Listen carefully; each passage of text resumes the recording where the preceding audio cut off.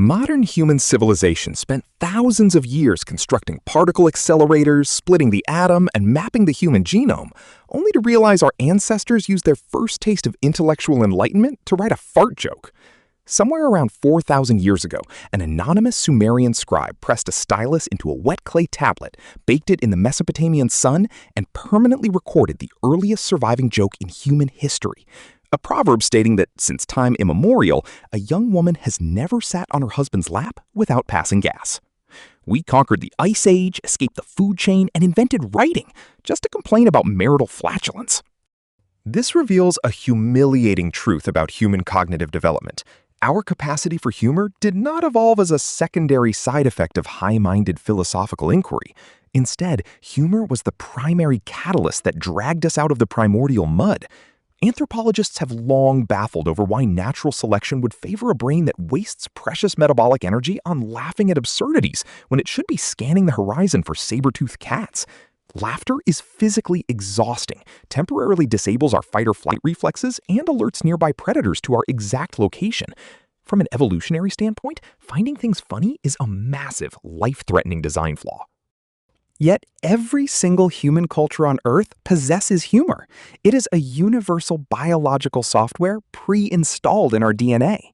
To find the origin of this bizarre survival mechanism, we have to look past the written record and peer into the dark, silent millennia of our hominid ancestors. Long before we had words to describe our existential dread, we had to find a way to stop killing each other over scraps of meat. The solution we stumbled upon was a psychological trick so powerful it reshaped our neural wiring forever, though the darkest secret of how this trick actually saved our species from self-destruction will remain buried until we look at the violent reality of the early Pleistocene. To understand why ancient humans started laughing, we must first look at the brutal reality of the mammalian play face. If you watch young chimpanzees wrestle, they will occasionally open their mouths wide, pull back their lips, and emit a series of panting, rhythmic gasps. To an untrained human observer, this looks like a prelude to a vicious mauling. To another chimpanzee, it is the universal signal for play. This panting is the evolutionary precursor to human laughter, and its biological function was entirely utilitarian. It was a safety valve designed to prevent play from turning into a bloodbath. When a young hominid tackled its sibling a little too hard, a quick, panting laugh communicated a crucial message. This is not an attack. I am not trying to kill you. Please do not rip my ears off. Over millions of years, as our brains expanded and our social groups grew larger, these crude physical play signals evolved into something far more sophisticated. We transitioned from physical play to cognitive play.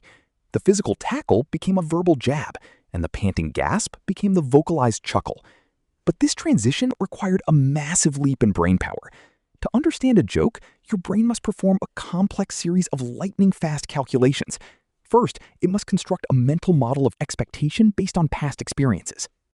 Second, it must experience a sudden, jarring violation of that expectation. Third, it must resolve this conflict without triggering a panic response. This is the incongruity resolution theory of humor. It is a cognitive stress test. If the brain resolves the violation as harmless, it releases a flood of dopamine, rewarding itself for solving the puzzle. If it fails, or if the threat is real, the dopamine is withheld, and adrenaline takes over. Humor, in its earliest form, was simply our brain's way of celebrating the fact that a perceived threat was actually a false alarm. This cognitive stress test became our primary tool for navigating the extreme social anxieties of early tribal life. As hunter-gatherers began living in larger bands, physical violence became a highly inefficient way to resolve disputes. If two Neanderthals fought to the death over a piece of mammoth flank, the entire tribe was weakened. The solution was the invention of the verbal insult and the self-deprecating jest.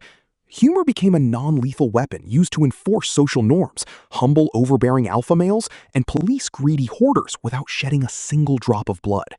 In these egalitarian societies, mocking someone who accumulated too much power was not just entertainment, it was a matter of survival.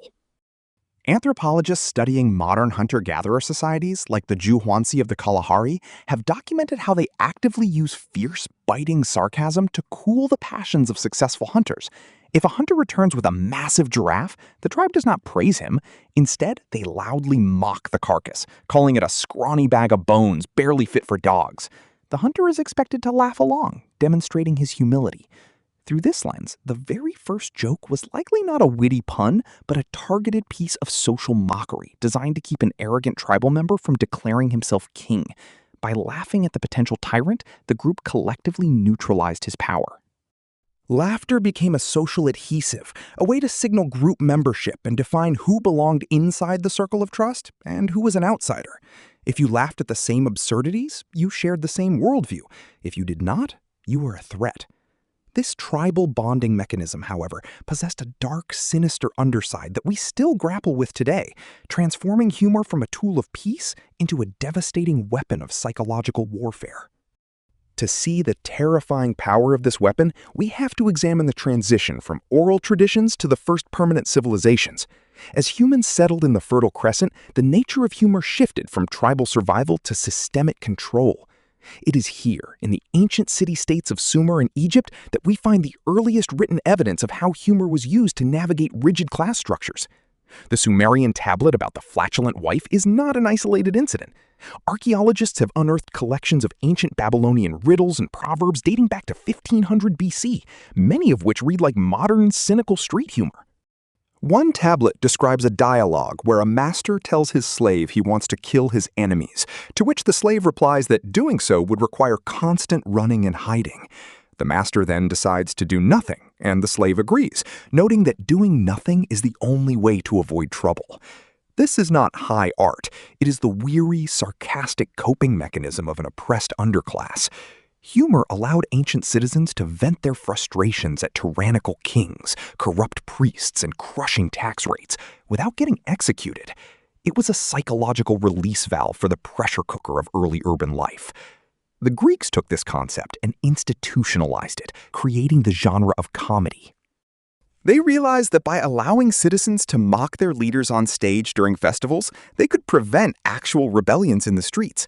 But this brings us back to the ultimate mystery of the very first joke. If early humor was about diffusing tension, correcting social behavior, and surviving tyranny, what was the absolute first formulaic joke ever recorded? To find the answer, we must bypass the Sumerian proverbs and look at an extraordinary document written in ancient Egypt, which reveals that our modern, lowbrow sense of humor has not changed a single bit in 4,000 years. The oldest structured setup and punchline joke in recorded history comes from the Westcar Papyrus, a collection of Egyptian stories compiled during the Middle Kingdom, roughly around 2000 BC. The joke is framed as an amusement for King Sneferu, who was bored and seeking distraction. His court magicians suggest a cruise down the Nile on a boat filled with 20 beautiful women dressed only in fishing nets. The punchline, delivered with the dry, deadpan tone of an ancient sitcom, advises the pharaoh to go fishing, telling him that all he needs to do is cast his net and watch the women catch the fish. For centuries, Egyptologists puzzled over why this was considered funny enough to record for royalty. The answer lies in the deep, universal mechanics of human humor that transcend time and geography. It is a joke built entirely on sexual tension, social hierarchy, and the subversion of royal dignity. It allowed the pharaoh to indulge in voyeurism under the guise of statecraft, while allowing the scribes to mock the absolute ruler's predictable, base desires. This ancient Egyptian gag proves that the fundamental structure of humor has remained completely static for millennia. We still use the exact same mechanisms: the misdirection of expectation, the release of repressed desires, and the mocking of authority figures. Whether it is a Sumerian tablet complaining about domestic life, an Egyptian papyrus about a horny pharaoh, or a modern internet meme, the cognitive pathway remains identical. We are still those vulnerable hominids sitting around a campfire in the dark, using laughter to convince ourselves that the monsters in the shadows are not real. Our ancestors did not invent humor to celebrate their intellect. They invented it to survive the terrifying, absurd reality of being conscious apes trapped on a hostile planet. We laugh because the alternative is to scream, making the first fart joke not just a trivial piece of ancient graffiti, but the definitive monument to human survival.